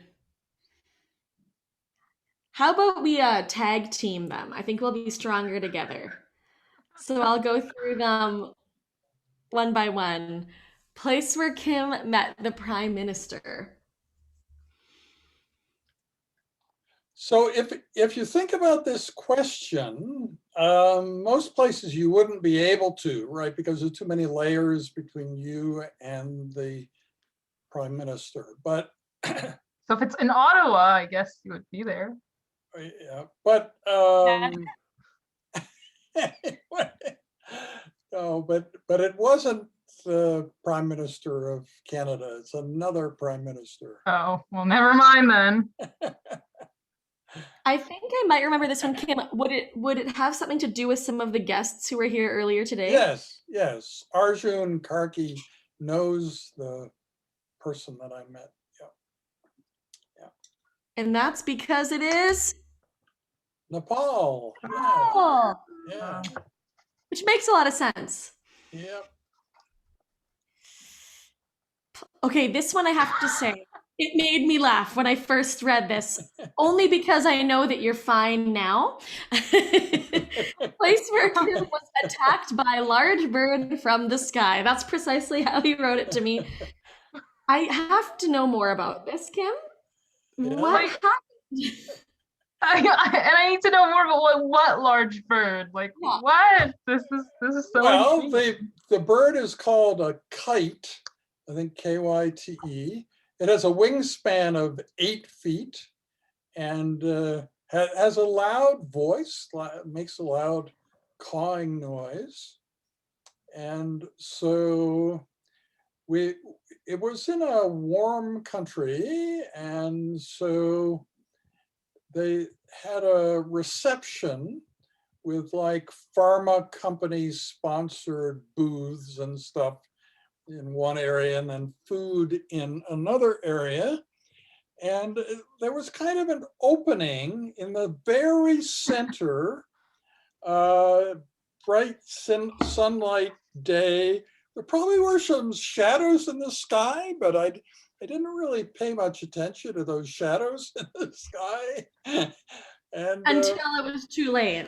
yeah, so I had a standard sort of fare, I had a piece of chicken on my plate and peas and carrots and stuff like that, and a plastic fork and plastic knife. And I was working away at it. And this bird surgically removed the piece of chicken while rubbing its wings against my face, making a very rude noise. Like, you stupid human, that's my chicken, Then he was back up in the sky as fast as you can say Jack Robinson, but he had a very big shadow. He was clearly bigger than me if you count his 8-foot wingspan. Yeah, so where do you think that happened? I want to Oh say like boy. Australia or New Zealand because there were so many big, I don't mean to say scary beasts, but you hear about all of the wild animal attacks over there. Yeah. So that is not the answer, actually. Somewhere in Africa. Yeah, that's true. Nice. Where? Nairobi, Kenya. Yep. We're pretty much on the right track there. That's awesome. Yeah. Also, you guys, I have busted into my cinnamon roll just because I was getting hungry. That's okay. What is it? That looks so good. Yeah, wow. Candle, and you'll have to virtually blow it. Okay. I love that. Yeah. That's a great idea. Yeah. There you go.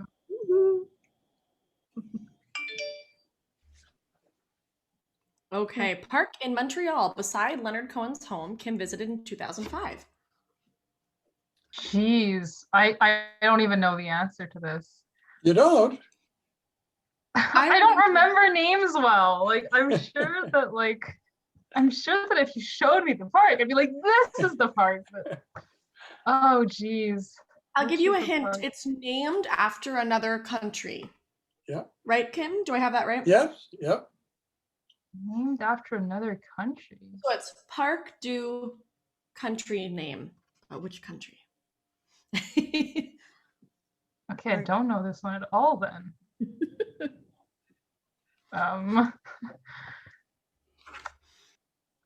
This one is Parc de Portugal. Oh, Yeah. Okay, I've never gone. Oh, it's true. The winter squall in Montreal. That's the in the park.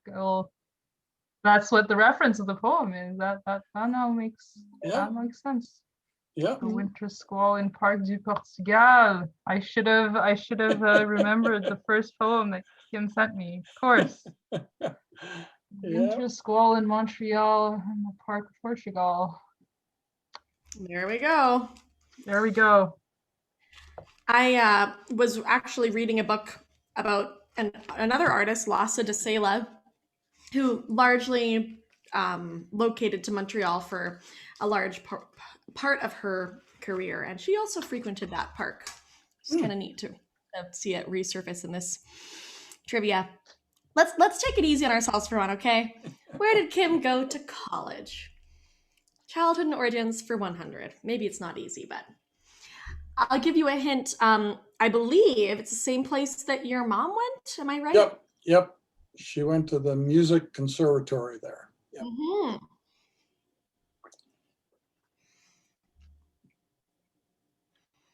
I know the answer to this one, but I don't want to spoil it. Going once, going twice. Oberlin College. Yep. Town in New York State Kim grew up in. Okay, well, we know this one. Ching already. Oh, sorry, I ruined it. Mm-mm. At least while. Oh, you grew. It's true. Yeah. So you grew up in Avoca, but. Yep. And Yep. you got tomatoes thrown at you. Yep. Ooh, this one you might know. Book that Kim was named after.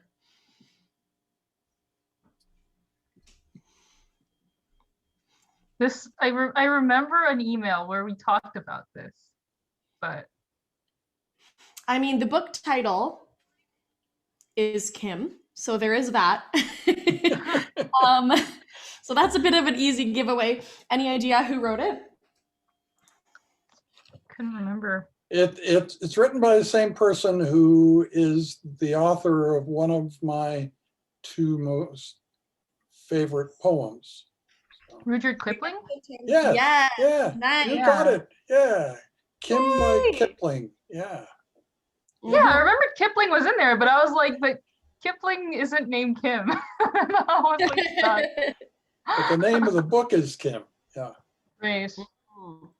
Phew, okay, I'm not too lost. No, look at you redeeming yourself. I mean, definitely doing better than I would be if I had not peeked at these answers before when I had to input them. Kim's nickname growing up.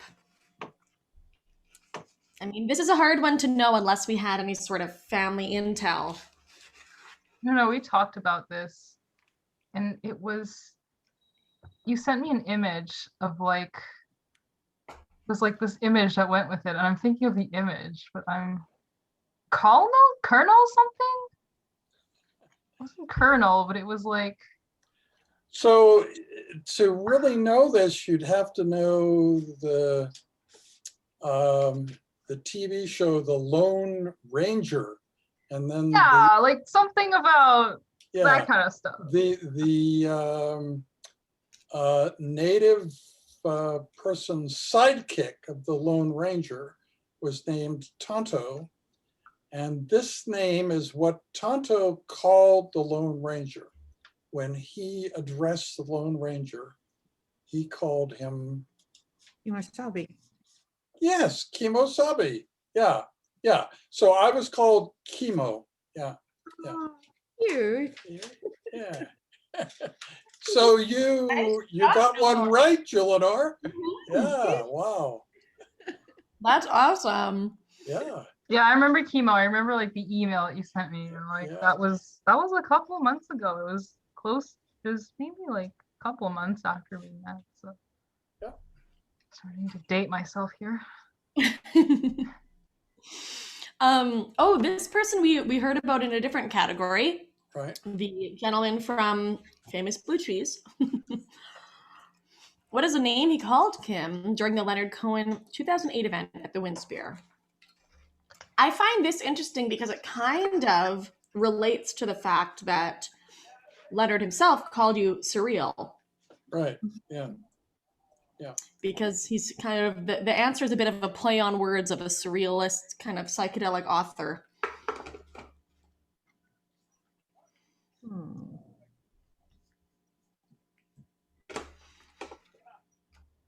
Hunter S. Solez, which is pretty funny. Playing I on remember Hunter that S. one. And you know, I know Kim, not long ago, we were sending emails back and forth about Hunter S. Thompson, so there all comes full circle. Yeah. Absolutely. Yeah. We just have one category left, folks. Oh, and I just gave it away. Name Leonard Cohen used to describe Kim. Any ideas? Eleanor, do you know? You just said surreal. So Shocking. Serially surreal and a great Not- master of the surreal. But it was, but did he call you serially surreal, or is that more of the title? Yeah, he did as well, right? I just remember Great Master of the Surreal. He wanted to point out that I was surreal over and over again, and I didn't realize it. So he was sure about both things, that I was surreal and that But not just surreal, serial. didn't know it. Yes. Surreal over and over and over again. I love it.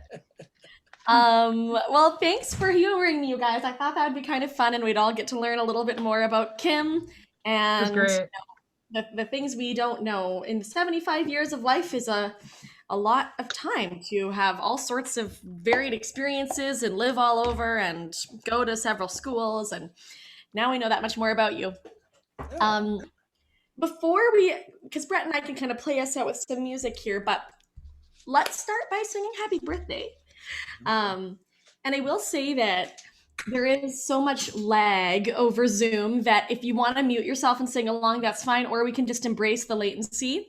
And Julianora has a candle for you to virtually blow out there, Kim, and feel free to dig into cake or cupcakes or whatever you got. And sing together. Happy birthday to you. Happy birthday to you. Happy birthday, dear Kim. Happy birthday to you. and many more. Yes, many more. Candle's been blown. We blew it out. We blew it out. Excellent. Yeah, well done. Through time and space and Zoom. Yeah. And also, I mean, I said I was gonna make you a birthday card, and I've been kind of like offline because I was like working on your birthday card, which is not done. But like, I decided to draw you and the eyebrow. That's great. Yeah, it's not done yet, but it's in the progress. You're a great artist, Ching. That's amazing. Oh, well, happy birthday, Kim! With this half-finished piece of art that will be done soon. Just to give you an idea of Cheng's creativity, there's an entire shelf in my office of just her stuff. And that is so cool. Taryn, who you heard from this morning in the first segment, is similarly creative, so that she will have an equal size shelf. So, that's awesome. What a great. And then if you think about people's partners, so Ching's partners sent recently something of his. So now we have a fairly fearsome looking princess mask that came from Keith, who is Ching's partner in the office. And then Rebecca, who I share the office with, her partner Lee is building us a plant stand. So she and I went out and got these 3 big plants, and the plant stand that they will go on was being created by Lee. So it'll be something from the males there. Yes, it's not totally female creativity. Yeah. Representation. Oh God. Right. Yeah. Well, that's very cool. I feel like that is I remember actually you saying that you were an artist, Ching, but I didn't have any idea what medium, and wow, that looks amazing. So that is so cool. Thanks for sharing it with us. Speaking of art, I got an updated email from Danny saying that she's now having trouble sending photos. They're just having some technical difficulty with the Wi-Fi, and I think we kind of caught glimpses of that earlier when it was. No, I'm completely satisfied with what she shared. Yeah, And she And said she'll call you tomorrow to kind of follow up sure, or yeah, email you or whatever. So you can right. expect that from her. Yeah, no, that's perfectly fine. Absolutely fine. Awesome. So now we have time for 10 minutes of music. Yes. Like Well, that, I will say last year when you were turning 74, you right? so cleverly said, well, why don't you guys play When I'm 64, but change it to When I'm 74? Right, right. Everyone's, beloved Beatles song. And I thought that was great. And I thought, okay, can we make it work with 75? But without compromising the fact that nothing's going to rhyme anymore. Because I noticed that, Kim, in your poetry, and I know not every poet does this, but you really seem to be keen on rhyme. And I thought, okay, if there's a way that I can make When I'm 75 rhyme by altering a few of the lyrics. Right. So that's what we've done. So we'll play this for you now. Wonderful. Our Great. rhyming version of When I'm 75 goes like this. Excellent.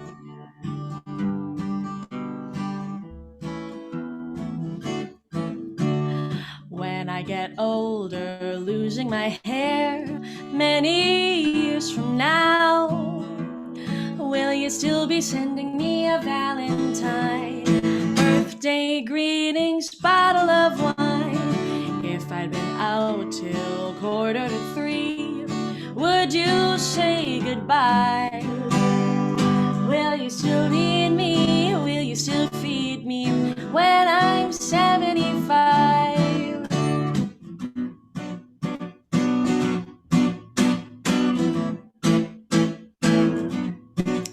Oh, you'll be older too.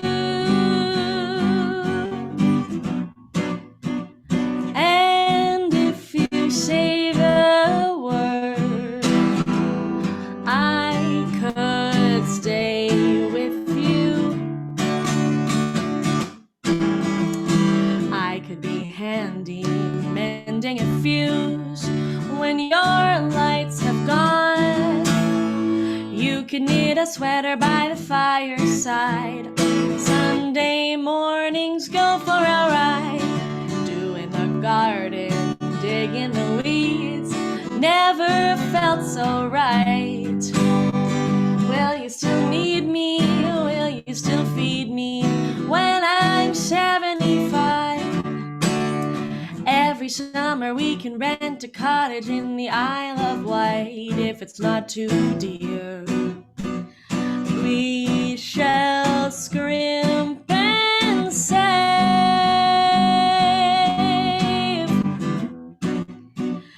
Grandchildren on your knee. Vera, Chuck, and Dave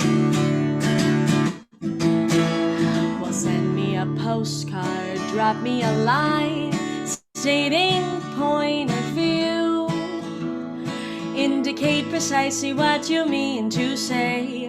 You're sincerely wasting away. Give me your answer, fill in a form. Baby, say you're mine.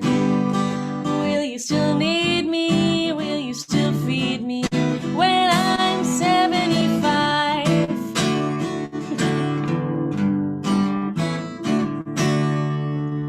So there's our little When I'm 75 rewrite.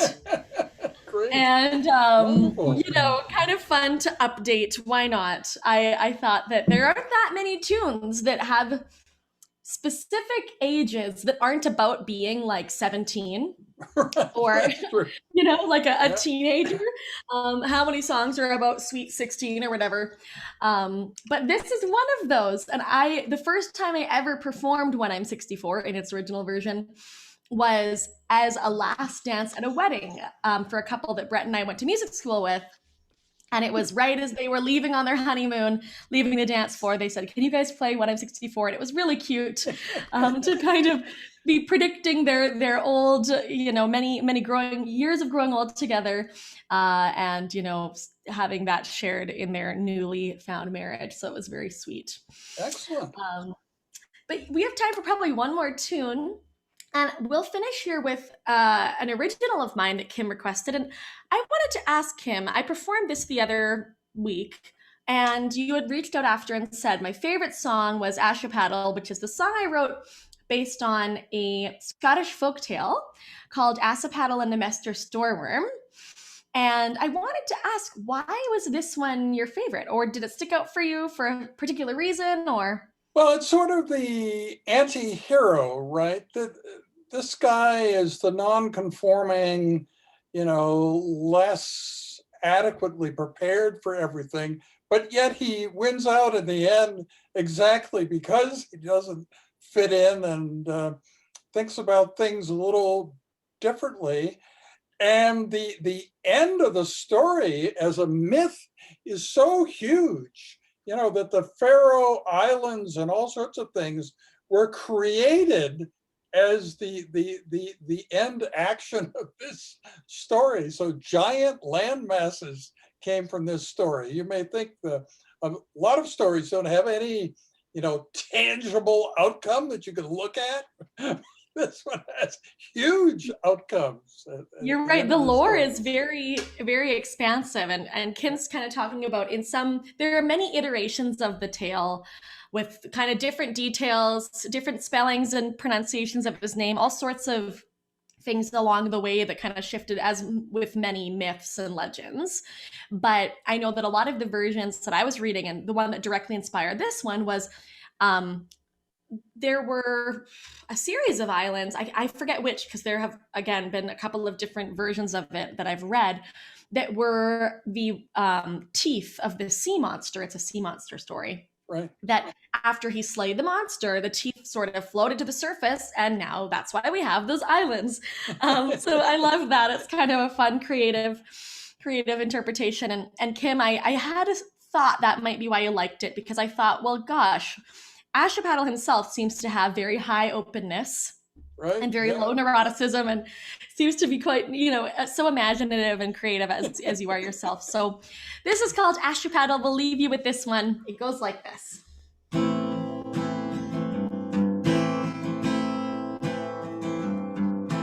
Nestled deep in the Leagarth Hills, in the far and bygone days, lived the seventh son of a working man. Ashipattle was his name. He didn't fit the form of a farmer's lad, soft skin and tender hands, but his mind was rich like a treasure trove, full of wonders of the land. Ashipattle, unlikely a tamer of the sea, making islands out of teeth of his enemies, weak in battle, strong in heart and charity, raised by winds and rowan trees and curiosity. Ashipattle,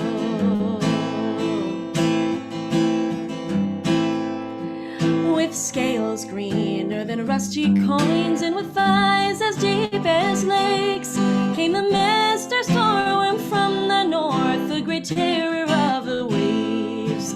Down the shore one night, lined up one by one, the men stood like dominoes.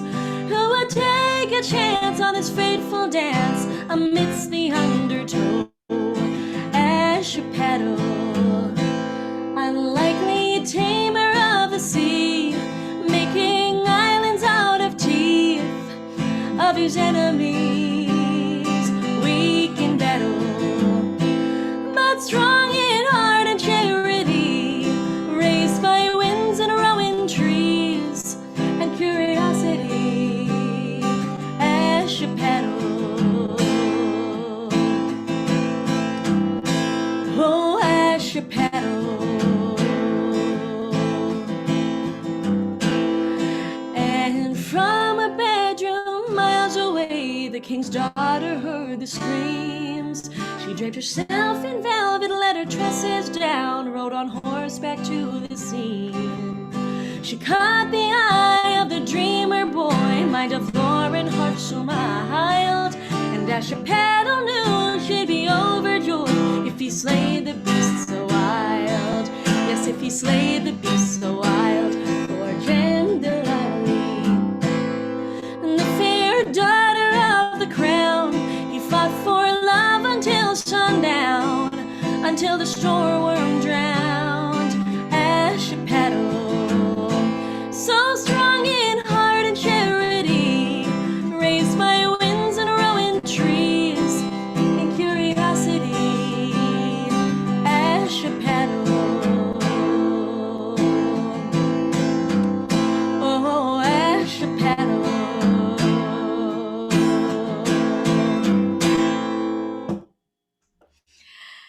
And so goes the story of Ashipattle and the Mester Storeworm. And if you're ever, craving to go back in time to being a young child, being told fairy tales or different myths, I had so much fun reading through this book of Celtic folk tales before I wrote that song, and it was absolutely transportive to just kind of go back and read some of these sorts of stories. I hadn't in so long. So yeah, it was lots of fun. Kim, thanks so much. This has been a blast. I guess we have one more segment tonight. Segment in 2 hours. Yeah. Thanks, everybody. Have a great break, everyone, and enjoy dinner, Kim. Yeah, I will. See you 2 hours. Yeah.